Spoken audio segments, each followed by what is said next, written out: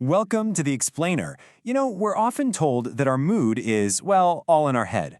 But what if one of the most powerful tools for our mental well-being is actually on our plate? Today, we're digging into the really surprising connection between what we eat and how we feel. This entire explainer actually kicked off because of a fantastic question from one of you. A viewer named Elton asked us to really look into the science behind diet and depression. So Elton, this one's for you, and for anyone else who's curious about this incredibly important topic. We've gone through a bunch of studies to put this together. Okay, right up front, we have to make something absolutely crystal clear. We are not doctors. This is not medical advice. We're putting this out there for informational purposes only. So please always talk to a healthcare professional about any health concerns. It's super important. All right, with that out of the way, let's get to the big question. We're told to eat our fruits and veggies all the time, but what does the science actually say? Can changing your diet truly make a dent in something as complex and serious as depression? Let's find out. So first, to even think about a solution, we have to understand the problem. And when you look at depression and diet, experts talk about this vicious downward spiral. Here's how it works, as explained by psychologist Dr. Rami Nader. Depression just zaps your energy and your motivation. All of a sudden, things that seem simple, like planning a meal, going to a crowded supermarket, or even just doing the dishes, they can feel totally overwhelming. So naturally, the quality of your diet starts to slip. You reach for what's easy, not necessarily what's nutritious. And that poor nutrition, it can actually fuel the depression, making the whole cycle that much harder to break.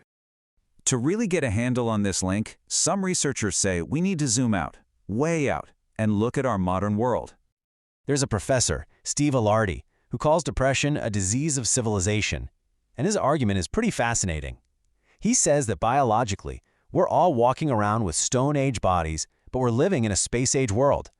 Our brains and bodies were built for a life that was active, spent outdoors, deeply social, with a diet of whole foods.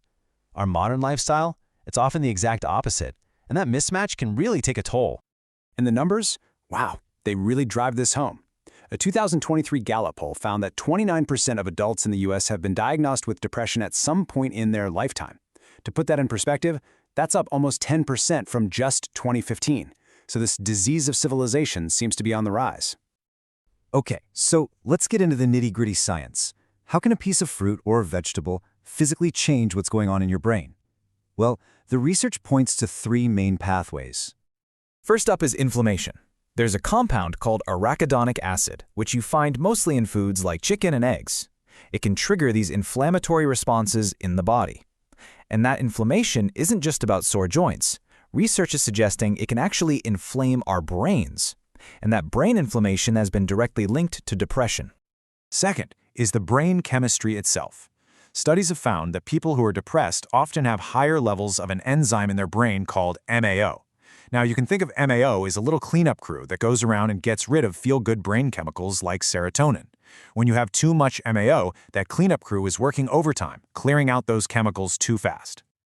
But here's where it gets really cool. Nature has a built-in counter effect. A lot of common plant foods, we're talking apples, berries, onions, things like that, are full of these things called phytonutrients. And it turns out, these compounds seem to act as natural MAO inhibitors. So they basically tell that overactive cleanup crew to slow down, allowing more of those nice, feel-good neurotransmitters to stick around in the brain. And the third pathway is something you've probably heard a lot about lately, the gut-brain axis. This is a huge area of research right now, and it's showing this incredible two-way highway of communication between your gut and your brain. The health of your gut microbiome, all those trillions of little bacteria in your digestive system, is directly tied to your mental health. And we're now seeing that diets high in ultra-processed foods can lead to an unhealthy imbalance down there, which can send negative signals right up to the brain. So, okay, the theory sounds pretty convincing, right? But what happens when you actually put it to the test? Let's look at the clinical trials, the highest level of scientific evidence we have. This quote comes from a landmark study called the SMILES trial. It was a randomized controlled trial, which is the gold standard, specifically designed to see if changing someone's diet could treat major depression. And their conclusion was a potential game changer. Dietary improvement could be an effective and accessible treatment. And this chart just lays out the results so clearly. I mean, look at this. The bar on the left is the group that got dietary counseling. The bar on the right is the control group that got social support, which is also helpful, of course. But after just 12 weeks, almost a third of the people in the diet group achieved full remission. That is 4 times higher than the group that just got social support. Pretty incredible. And the SMILES trial isn't an outlier. The evidence just keeps piling up. Another study found a plant-based diet at a big company didn't just improve depression and anxiety, but even productivity. And when you look at massive meta-analyses, they consistently show that healthier ways of eating, like a Mediterranean diet, are linked with a lower risk for depression. The science is really starting to point in one direction. So, with all this compelling science, what's the bottom line? What does this all mean for us in our actual day-to-day lives? Let's break down the key takeaways. If you or someone you love is struggling, the research suggests you could try a whole food, plant-based diet for just a few weeks and see how you feel. And look, if that sounds way too hard, which, remembering that downward spiral is totally understandable, the science says even small steps can help. You could try just adding one of these things to your diet, berries, which we saw can act on that MAO enzyme, or nuts, or fruits, or beans, or greens. And one last thing. If you're trying to support a family member, research shows it makes a huge difference if the whole family makes the change together. And all of this leaves us with a pretty powerful final thought.